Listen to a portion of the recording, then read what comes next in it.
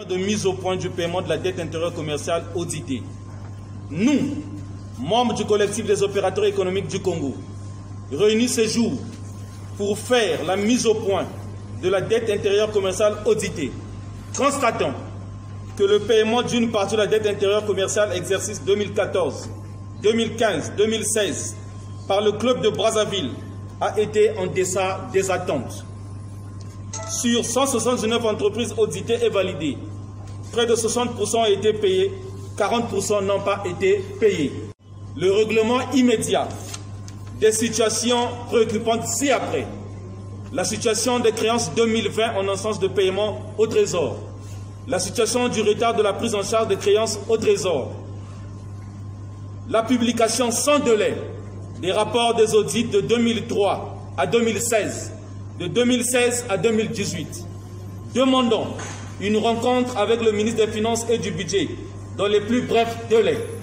Sollicitons auprès du président de la République, père de la nation, l'instruction d'une programmation générale pour soulager le secteur privé qui traverse une période difficile depuis la récession sévère de 2014. Fait à Brazzaville le 18 février 2021, le COPECO.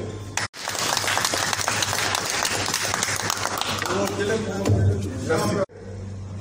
Nous avons donc associé l'ensemble des opérateurs qui sont concernés par la situation de 2020, la situation de 2019, la situation de 2018. Nous ne pouvons pas tolérer que chaque année, les créances ne sont pas payées et sont envoyées à la CCA pour augmenter le stock de la dette. Déjà que la dette intérieure n'est pas payée en totalité. Entre les institutions internationales, le Bretton Woods et le FMI, demande qu'une dette intérieure doit être payée en totalité pour que les instances prennent ça en compte. Mais si l'État n'arrive pas à payer la totalité de la dette intérieure, comment voulez-vous que les instances internationales prennent en charge le cas du Congo? Voilà pourquoi nous voulons que l'ensemble des opérateurs économiques ici présents, nous avons donc énuméré les points. Il peut arriver que les points que nous n'avons pas énumérés se trouvent dans vos pensées. Chacun de nous ici présents va essayer d'encadrer ça, pour essayer d'éclairer l'ensemble des opérateurs économiques. Comment on va faire pour essayer de mener le gouvernement, non seulement pour l'année 2020, de trouver une solution politique pour les créances 2020, pour éviter que ces créances aillent encore mourir à la caisse congolaise d'amortissement. Donc, les services, les biens et services, l'État ne travaille qu'avec les opérateurs économiques. Alors, à ce moment-là, depuis 2017, chaque année, nos créances sont envoyées à la CCA. Et quand ça va à la CCA, il y a un problème, on n'arrive pas à payer. Est-ce que nous devons rester comme ça pour attendre? Non seulement nous avons maintenu la paix sociale en donnant les consignes aux opérateurs économiques de rester calmes pendant tout ce temps, mais il ne faut pas que le gouvernement ne soit pas sensible. Il faut que le gouvernement soit sensible. On ne peut pas comprendre les créances 2020, 2019, 2018 partent chaque fois à la CCA et finalement l'État ne sait pas qu'est-ce qu'il veut. Est-ce que l'État veut travailler avec nous?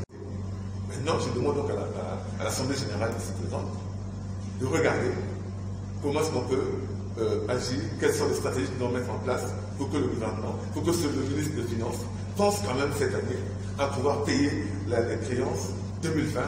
C'est ça une solution politique qui va essayer de trouver, en passant par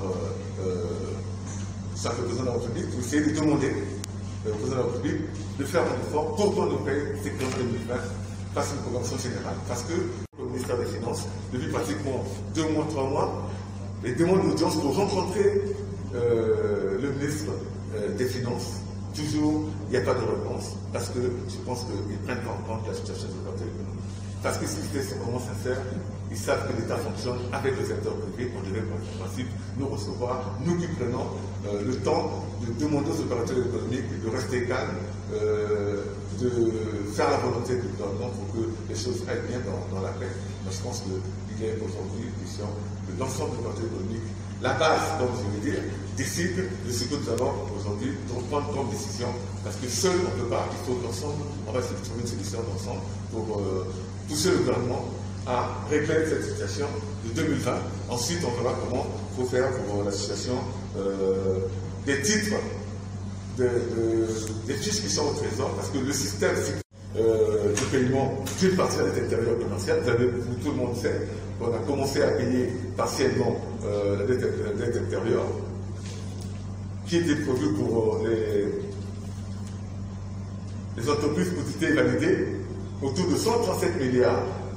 Le Club de Brazza ayant mobilisé 300 milliards, donc nous ne comprenons pas pourquoi est-ce que le gouvernement ne communique pas pour nous expliquer pourquoi est-ce qu'on a arrêté le processus de paiement, dans la mesure où on avait prévu 320 milliards pour essayer de payer la dette commerciale, et on n'a eu que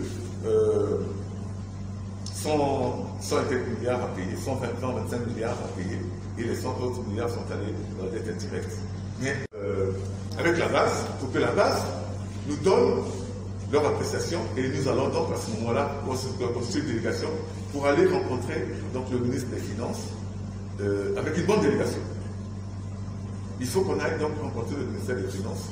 Donc nous allons donc à ce moment-là essayer de faire un communiqué final par rapport à notre réunion et puis décider comment faire pour que le ministère nous reçoive impérativement. Des rapports de l'audit, des réclamations 2014-2015. Parce que dans la publication de la première partie, on a publié 72 entreprises, il y a eu pratiquement 400, sinon 500 et quelques entreprises qui ont été invalidées, mais qui ont justifié. Mais jusqu'aujourd'hui, ça fait pratiquement une année, il n'y a pas de résultat de l'audit.